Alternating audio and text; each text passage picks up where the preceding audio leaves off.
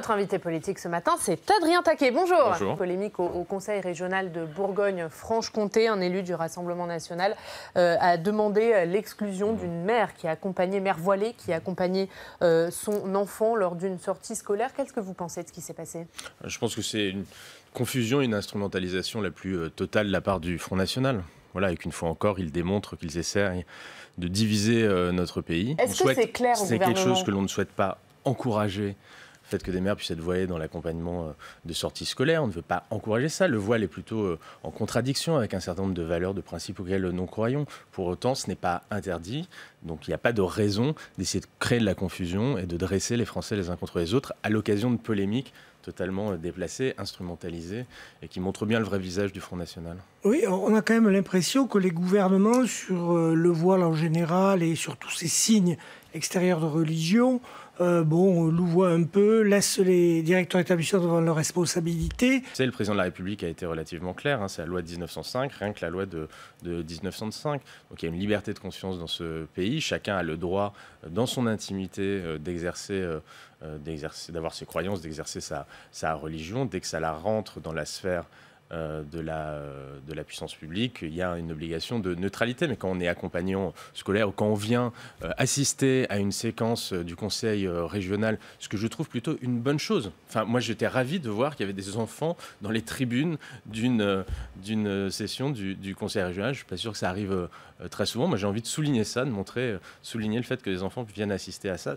C'est un exercice de démocratie auquel ils ont pris part et qui a été gâché, une fois encore, par la démagogie d'élus du Front National. Cette attaque turque dans le nord-est de la Syrie, il y a un risque de résurgence de Daesh. La France se dit inquiète de cette fuite de membres de proches de Daesh. Cette attaque, elle relance aussi la question des djihadistes français détenus en Syrie. Et la question particulièrement vous concernant de ces enfants djihadistes. Qu'est-ce qu'on fait avec les enfants djihadistes, Adrien Taquet? Il y a la question effectivement sécuritaire, puisque les Kurdes avaient la responsabilité effectivement d'un certain nombre de lieux de détention et puis par ailleurs de camps pour des djihadistes ou des familles de djihadistes. Et face à l'offensive turque qui avance, il y a un risque que les personnes soient libérées, faisant porter un risque sécuritaire sur notre pays. Donc il y a une préoccupation qui est grande. Et puis il y a une préoccupation grande également, et le président de la République l'a exprimé hier, pour le risque humanitaire. Une de grandes craintes face au sort des populations civiles, qu'elles soient kurdes ou étrangères, qui sont retenues là-bas, car elles restent des populations civiles. Je pense notamment aux enfants.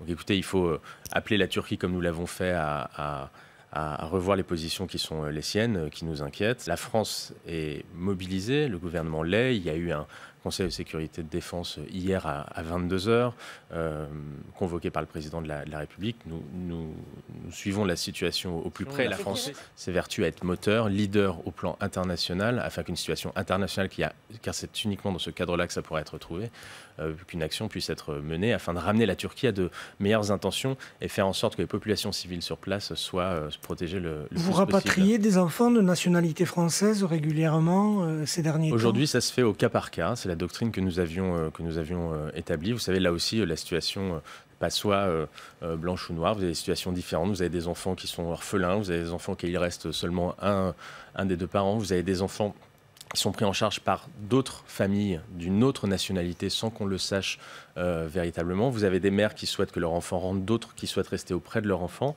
alors qu'elles-mêmes sont en détention ou en attente d'être jugées là-bas. Vous avez des relations diplomatiques par ailleurs qui sont extrêmement, évidemment, complexes, voire inexistantes, avec un certain nombre de parties et de zones là-bas. Tout ça pour vous dire que cela implique une gestion au cas par cas. C'est ce que nous avons fait jusqu'à présent. Et un certain nombre d'enfants, effectivement, quand les conditions le permettaient, quand c'était pour leur bien, sont rentrés en France, ont été pris en charge à la fois d'un point de vue somatique, psychologique, parce qu'on peut imaginer ce que ces enfants ont vécu là-bas, puis pris en charge par l'aide sociale à l'enfance. Vous avez un chiffre à nous communiquer de nombre d'enfants qui ont été rapatriés? Non, il n'y a pas de chiffre sur lesquels on communique, mais il y en a plusieurs dizaines qui sont rentrés ces 2 dernières années. Ouais. Ces 2 dernières années. Et récemment, ces dernières semaines? Il y en a qui sont rentrés ces dernières semaines, ouais.